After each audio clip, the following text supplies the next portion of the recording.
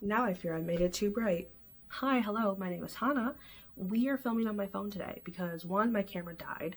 Two, I used to film everything on my phone and I feel like doing the booktube newbie tag, it's just kind of like, all right, pull out the phone.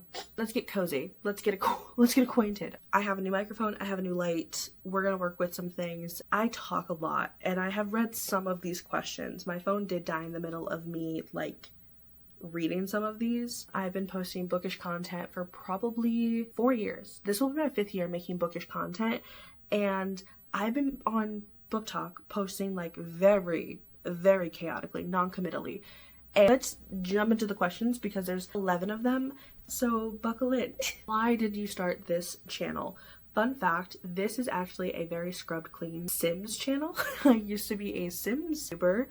I did not show my face. I only did voiceovers and speed builds, and then I left YouTube because it was scary, but I've always liked editing videos. Like the Sims videos were easy. This, I just want to talk about books more, and TikTok is a toxic ex, okay? You never know if it's gonna leave, if it's gonna stay, get an extension or what. If you talk for too long, it tells you to shut up, you're boring, you're stupid.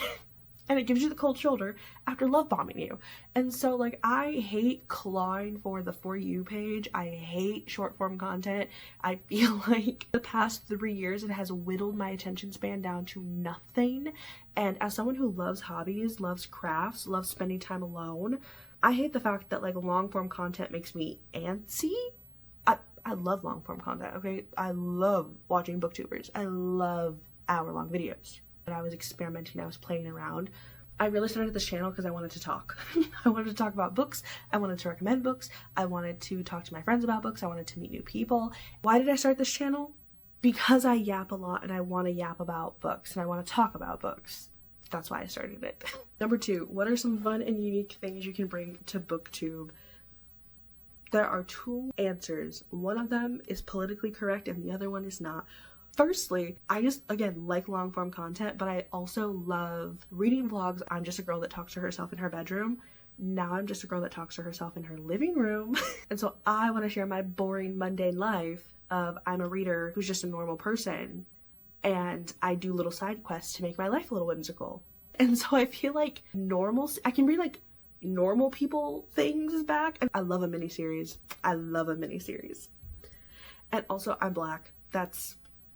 I'm one of 200 booktubers that I found, and that sounds like a big number, but when you realize how big, how many people that truly is and how many people are in the bookish space, and you're like, that is such a small percentage. In the publishing space, Black authors only take up roughly 7%.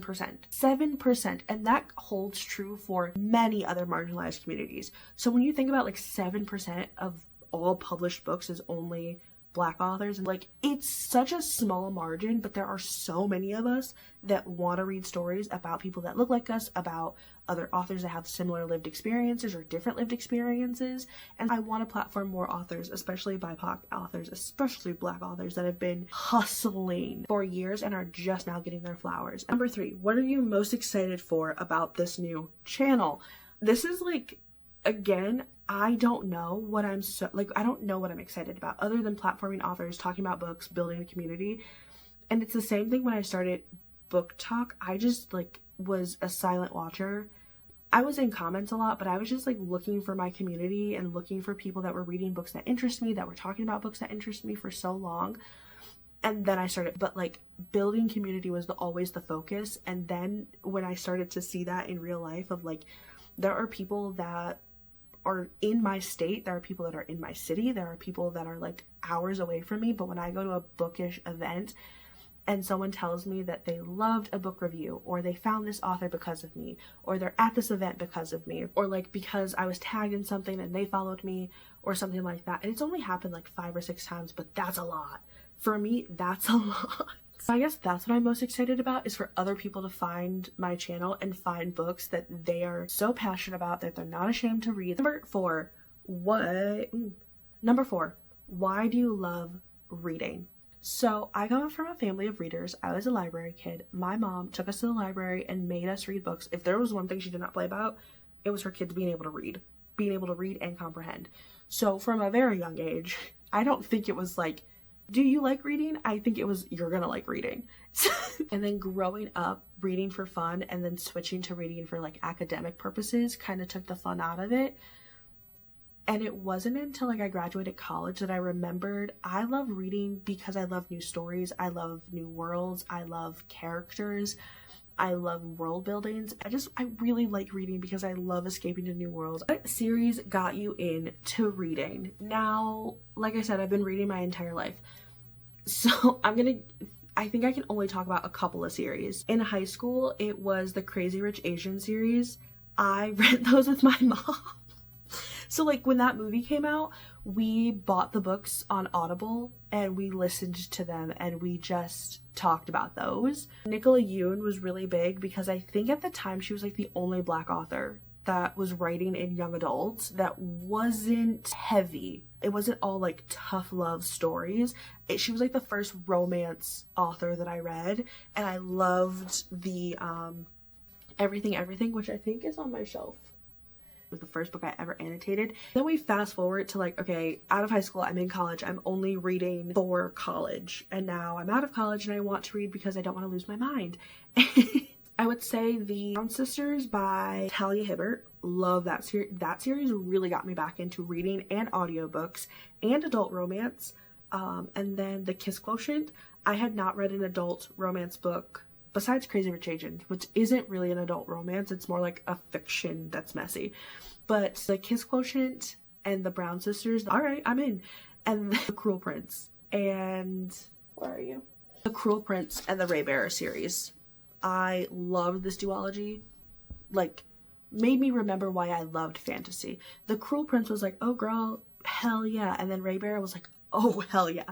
A girl who is lonely, who just wants friends, who just wants community, and is like so emotionally starved for connection. What questions would you ask your favorite booktubers?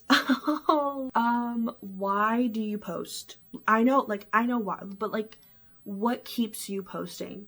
And do you ever feel like you're faking it to make it? Do you ever feel like no one's gonna watch it? Do you ever feel smaller than you are in terms of like the impact that you have on people? Like, how do you keep your spark? 7. What challenges do you think starting a book channel will be the hardest to overcome? The comparison game. I play it all the time. This ties into like question 6 of what would I ask my favorite booktubers. The comparison game. I play it all the time. I watch people who have been posting for years and I'm like, why aren't I there? And I know why I'm not there. It's because I've always been afraid to just commit to loving things out loud on the internet. I'm learning. It's very much learn as you go, but I don't think I will ever quite understand the impact that my words have on people until they tell me. Number 9 says, where do you read? I feel like I'm dumb. I read everywhere. Audiobooks are really big. So like, I love audiobooks and my mom has instilled this love of audiobooks in me because she was a working mom with 2 small children. So she always had an audiobook going because like, you don't have time to sit down and read when you're a mom. So she tells me, and she cranks out like hundreds of books a year. I'm not kidding. So audiobooks are big. Where do you read? I read everywhere I can. 10. What kind of books do you like to read? I love romance books. In fact, my brother just got this for me from his job. I don't know if it says, I love it. I love reading romance, dark romance, cute fluffy mystery thriller romance, suspense romance. I love reading romance. Fantasy. I love young adult fantasy and I love manga. I have 2 manga shelves right here and shelves. So yeah, but love fantasy, love romance, love manga. I love young adult. I feel like there are some young adults on this shelf I might not love, but I'm willing to give a try. Number 11. What does your book collection look like? These shelves.